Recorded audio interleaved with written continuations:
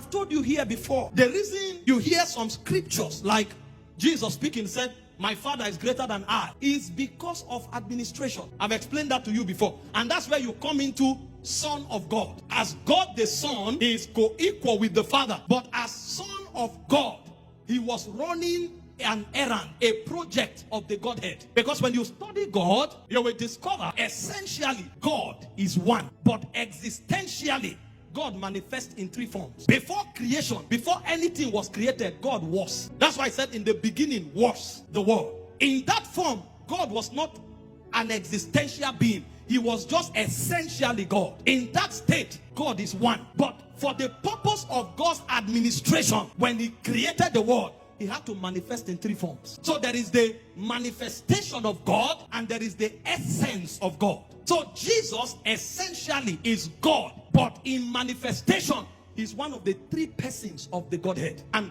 the Bible makes this easy for us to understand. In Romans chapter 1, verse 19 and 20, it said, in case you don't understand the mystery of the Godhead, he said, look at nature. Nature has a simplistic way of interpreting it to you. So he said, for the invincible things of him from the creation of the world are clearly seen, being understood by the things that are made, even his eternal power and Godhead, so that no man is without excuse. So God is telling us, even if you can't understand it doctrinally, he said nature is an interpreter of the essence of the Godhead. So you can understand the Godhead from nature. That's why I used the example of water when I was explaining the Godhead. I told us that chemically speaking, which is the essential nature of water, water is H2O. 2 atoms of hydrogen, 1 atom of oxygen. But manifestly, which is the physical expression of water, water exists in three forms: as liquid, as solid, and as gas. You call it ice,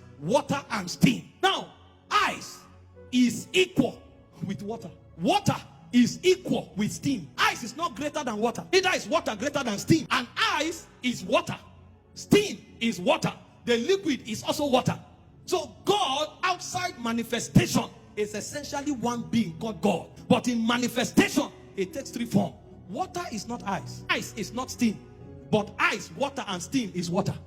So Jesus is not the Father. The Father is not the Spirit. But both Jesus, the Father, and the Spirit is God. So they are co-equal, co-eternal, and co-existent. However, when God wanted to save man, when God came into the business of creation, God needed an administrative system. Because if God steps into creation in his fullness, creation can't contain him. Because if creation contains God, God will stop being God.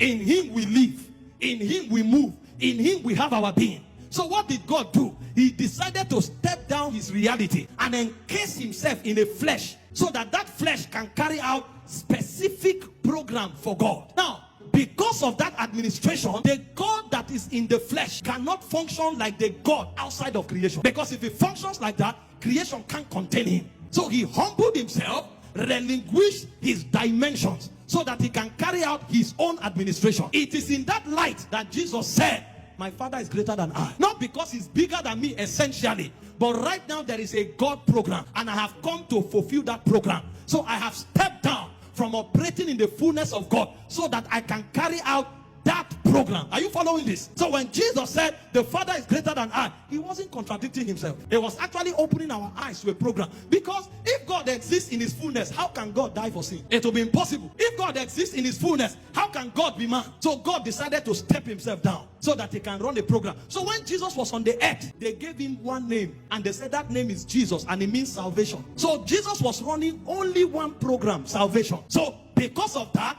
he couldn't do the other things that he would have done as God. But when the program of salvation was over, while he was on the cross, he talked to the Father. Now I'm about to come to you. Restore to me the glory that I had with you before the foundation of the world. So when he was running the errand of God, he was Son of God. After that errand is over, he returns back to heaven as God the Son. If you meet Jesus now and you call him Son of God, you are wrong. He has become God the Son again, because the program is over. And that's why the moment he resurrected, glory changed. John saw him in the Isle of Patmos. He had to reintroduce himself, because the person he saw in Galilee is not the one he's seen now. He said, I am Alpha Omega. Alpha Omega is not Son of God. Alpha Omega is God the Son. I am the one who was, who is, and who is to come. I am the first and the last. That's Jesus introducing himself, but in a new ranking and in a new order.